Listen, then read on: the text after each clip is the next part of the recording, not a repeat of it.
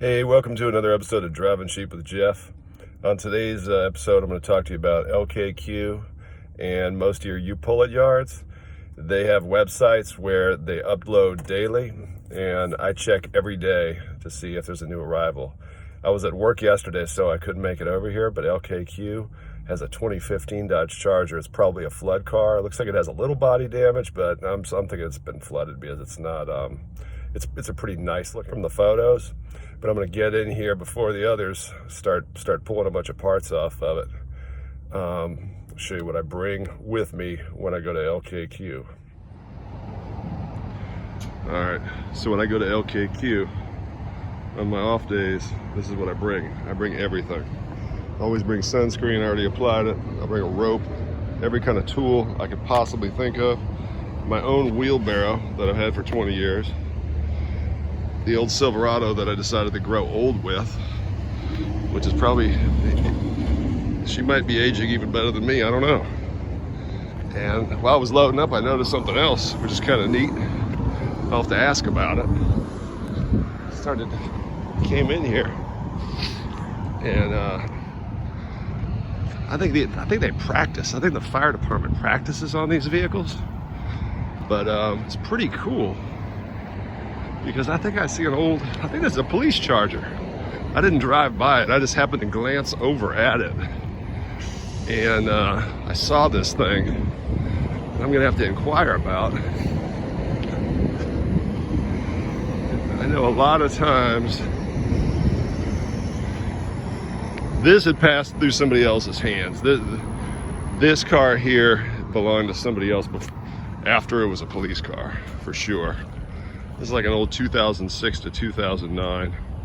Oh, it's a 2009, yeah. Yep. Somebody ragged this thing out pretty good. Tell by the tires. Pretty interesting. You see all kinds of stuff. Look at the car's upside down over there. So this is where the fire department, the local fire department's practice over here. So let me get in this yard. All right, here we are. Look at this. Base model 2015 Dodge Charger. Been here for one day and a couple hours. Let's see if, look at this. This is what I was here for. The center console. This is the main prize right here. This is the center console. They're very difficult to find. These are always, they'd be glued up a little bit. Doesn't have the auto setting. No infotainment screen. We are going to get that clock spring as well. And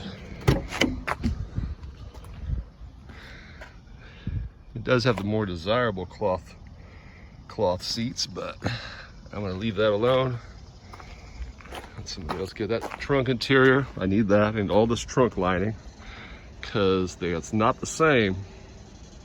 2011 to 2014, the trunk interior stuff here is not the same. It's plastic pieces, all that stuff's different. My car didn't have it. And hell, this carpet, I might take these seats out. I don't know. This is a pretty nice car. I wouldn't have junked this, for sure. For sure. Look at this front bumper. Ooh, look at this grill. I might just take this bumper because it's already off. Look at that. Yeah. That's pretty good. Okay, let me get to work. All right. So I pulled some stuff out of this car and I want to show you something else. I don't know if some of you guys that are doing the swap, if you're doing a column to floor shifter on your police pursuit package Charger, this is your 8-speed shifter. This is what you need if you have an 8-speed transmission. If you have a police car, it does not have an 8-speed. So that's not gonna do you any good. This is completely electrical on the 8-speed. It's mechanical with a cable on your 5-speed NAG 1 transmission in your police package. So you have to have one of the older style shifters with a cable assembly. That's not what I was here for, so that doesn't matter. This actually has, I just noticed this is pretty neat. This has on the steering wheel, This is a component of the steering wheel. I forgot what it's called, but it's like a weight, balance weight or something. This is for the 3.6 liter V6 and 3.2 liter V6. Look at that. Part of the steering wheel is specific to the drivetrain. That's pretty neat.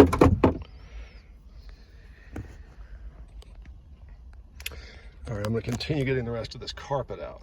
That's what I was trying for. So we're gonna get the rest of the carpet. And I already got the harness for the cluster mirror. I think this is a cluster mirror. There's something in it, but either way, I needed this harness that runs down here. That hooks to that. A lot of your police cars don't have the wiring that runs from here up through, up to the rear view mirror. So I got that. All right, so I didn't have a battery to energize the electrical system or put power to this seat. I think I showed you in one of my other videos. This is how I do it. All you have to do is get to these front bolts, tip this back. You get at these guys right here. There's 4 of them under the seat. So you can get to these little bolts right here. They could slide freely. And those are,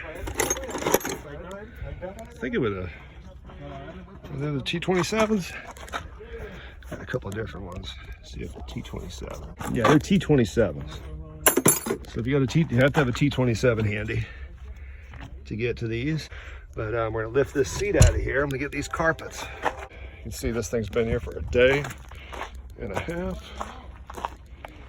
You see all my stuff right here. This is my treasure pile. These guys are pulling the motor out of this thing. Put it in a Jeep Grand Cherokee.